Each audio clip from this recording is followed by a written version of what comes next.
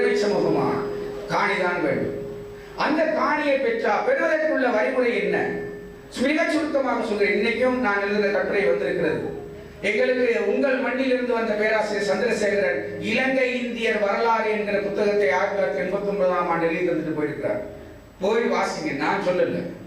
அவர் 1946ஆம் ஆண்டு இலங்கையின் இனத்துவ அடிப்படையில் எப்படி பெருந்தோட்ட பொருளாதாரத்தில் பங்கு வைத்தார்கள் என சொல்லுகிறார். அப்போது மலையக தமிழர்கள் என்று நாங்கள் சொல்லுகிற இந்திய தமிழர்கள் 6 லட்சம் அளவாக பெருந்தோட்டத்தோடு தொடர்பட்டிருந்திருக்கிறார்கள். சிங்கள மக்கள் என சொல்லக்கூடியவர்கள் 75,000 பெருந்தோட்டத்தோடு தொடர்பு கொண்டிருக்கிறார்கள். மிக சுருக்கமாக அவர் சொல்ற வரலாறு புத்தகத்தில் இருக்கு. நீங்க அந்த புத்தகத்தை எடுத்து படிச்சா போதும், நான் சொல்லல. இது 46ஆம் ஆண்டு. இன்னைக்கு 2026ஆம் ஆண்டு ஆகும்போது என்ன எண்ணிக்கை? பெருந்தோட்டத்தில் 5 லட்சம் சிங்கள மக்கள் சிறுதோட்ட உடைமையாளர்களாக இருக்கிறார்கள்.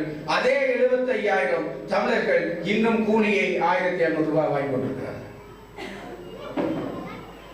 நீ சொல்லிக்கிற காணியில அக்கறை பிரிச்சு கொடுத்தாங்க. யாரோ நாளைக்கு சுந்தரேசன் பேசும்போது சொல்லு, நீ தான் பேசும்போது சொல்லு. நான் எல்லாம் கேட்டுட்டு தான், நான் அங்க பாத்துக்கிட்டு இருந்தா எல்லாம் கவனமா இருக்கு. நீங்க பேசும்போது சொல்லு என்ன நடந்திருக்கிறது.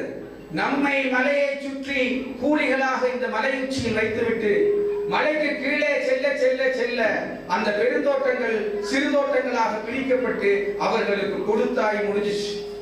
46இல் நாமல் 5 லட்சம் தொழிலாளர்கள், 2026இல் அவர்கள் 5 லட்சம் சிறுதோட்ட உடைமையாளர்கள்.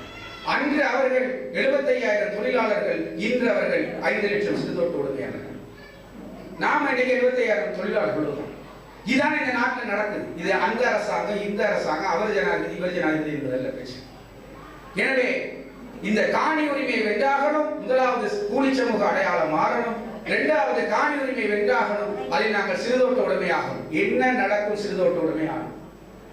முதலாவது சிறுதோட்ட உடைமையானால் அந்த காணியை, அதில் எடுக்கிற கொழுந்தை, அதில் வெட்டுகிற ரப்பரை நாங்கள் தீர்மானித்து நாங்கள் தான் விலை வைப்போம். அதற்கு அவர்கள் சொல்லுகிற கூலி அப்படி இல்லை. அவர்கள் அப்படிதான் நிற்கிறார்கள். கிலோ போனீங்கன்னா கிலோ கொழுந்தை எவ்வளவு நிற்கிறாங்க. நாம கிலோ கொழுந்தை எவ்வளவு எடுத்தா நமக்கு பேரம் இருக்கணும். எனவே எங்களுக்கும் கம்பெனிக்கும் விலை பேரம் தான் நடக்குமே ஒழிய கூலி பேரம் நடக்காது. எனவே விலையை பேரம் பேசுகிற ஒரு நிலைக்கு நாங்கள் வரோம்.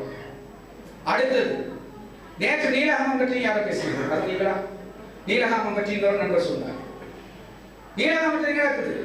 துறையின் அடக்குமுறைக்கு கீழே வைக்கப்பட்டிருப்பதற்காக துறை ஆள வச்சு அடிக்கிறார். நீலகாமத்தில் மட்டும் நிறைய காமத்தில் நடந்து கொண்டிருக்கிறது.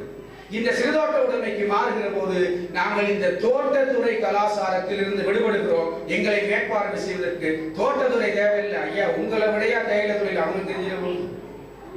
உங்களை விடையா கவா தலக வெட்டிட போறோம். அம்மா உங்களை விடையா அழகா கொண்டு எடுத்துட போறாங்க. நீங்க பல்கலைக்கழகம். நான் சொல்லுவேன், எங்கள் தாய்மார் கைக்கு நிகராக இந்த உலகத்தில் வேற எதுவுமே இல்லை.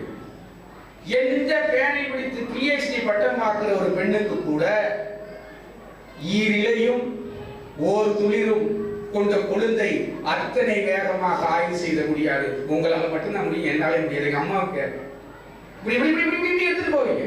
கையில கடைசி என்ன நிற்கும்? என்ன நிற்கும்? 2 இலையும் ஒரு துளிரும் உள்ள அந்த தேயிலை கொழுந்தை எடுக்கக்கூடிய திறமை படைத்த கை. அதை இப்பதான் ஜனாதிபதி தடை பார்த்துட்டு இருக்காரு 7 வருஷத்துக்கு முன்னாடி. அதான் தெரியுதே, உழைத்து கலைத்தேன். கபாத்த கத்தி எடுத்து அப்படி பார்த்து வெட்டிக்கிட்டே போற வேகம் எங்களுக்கு முடியாது, உங்களுக்கு முடியும். எனவே இந்த துறைமார் கொழுந்தெடுக்க தெரியாத, கபாத்து வெட்ட தெரியாத துறைமார் தான் இன்றும் எங்களை மேய்த்துக் கொண்டிருக்கிறார்கள். அந்த துறை கலாச்சாரத்திலிருந்து மாறினா தோட்டத்திலிருந்து விடுபடும். தோட்டத்திலிருந்து விடுபட்டால் அடுத்த என்ன விடுதலை? தோட்டக்கல்வி பிரச்சனை, கிரவுண்ட் இல்லாத பிரச்சனை. தோட்ட சுகாதாரம், தோட்ட டாக்டர்மார்களுடைய பிரச்சனை எல்லாம் நீங்கு கிராமமாக மாறும். அந்த அரசாங்கமே நேரடியாக எங்களுக்கு சேவை வழங்குவதற்கும் அதனால் தான் உருவாக்கினோம். என்னது? புதிய கிராமங்கள் அதிகார சபை. மலைநாட்டு புதிய கிராமங்கள் அமைச்சு 2010 இருந்துச்சு. எங்க அதெல்லாம் இந்த அரசாங்கத்தின் பிரதான வேலையாக இருப்பதே மலைநாட்டு புதிய கிராமங்கள் அதிகார சபை எப்படியாவது கலைச்சிடும். நான் இந்த மேடைக்காக பேசவில்லை. நீங்க பேப்பர்லாம் பார்ப்பீங்க, அதை சொல்லுங்க. போராட்டம் வீதி வீதியாக இறங்கி கையெழுத்து சென்று நேரடியாக அரசாங்கத்தின் உயர் அமைச்சர்களை சந்திச்சு கடந்த நவம்பர்ல சந்திச்சு கேட்டது கொண்டு கலைக்காம விட்டார்கள். ஆனா வெறும் 175 மில்லியன் அதுக்கு ஒதுக்கி வச்சிருக்கிறாங்க. இப்பவும் அவர்களது கவனம் நாங்கள் உருவாக்கிய மலைநாட்டு புதிய கிராம அதிகார சபையை கலைத்து விடுவதென்றால் அவர்களது எண்ணம் என்னவாக இருக்கிறது? இந்த கூலிகள் இந்த தோட்டத்திலே இருக்க வேண்டும், இவர்களுக்கு புதிய கிராமங்களோ அதிகாரங்களோ இல்லை என்பதுதான் அவர்கள் சொல்ற கருத்து. அதை நாம பார்த்துட்டு சொல்றீங்களா? சொல்றீங்களா? அதற்கு பதிலாக நேற்று செய்தியில பாருங்க, ஜனாதிபதி மலையக அதிகார சபை ஒன்று உருவாக்க போறாருன்னு சொல்லி ஒரு செய்தி. இது வேற. நாம உருவாக்கி வைத்திருக்கிறது மலைநாட்டு புதிய கிராமங்கள் அதிகார சபை. இந்த தோட்ட முறையை இல்லாமலாக்கி இந்த தோட்டத்தில் வாழக்கூடிய மக்கள் அனைவரும் கிராமங்களுக்குள் வந்து தனி வீடுகள் அமைக்கப்பட்டு அமைச்சு காட்டணும். மீறியவற்றை பற்றி நாங்க சொன்னார். யாரும் சொன்னார்? மீறியவற்றை பற்றி முதலாக பேசி ஒரு நண்பர் இங்க சொன்னார், நினைக்கிறேன் சொல்லுகிறேன் நினைக்கிறேன். மீறியவற்றைக்கு இடம் பார்த்தவனா இன்னைக்கு அது மக்கள் தனியில் இருக்குன்னா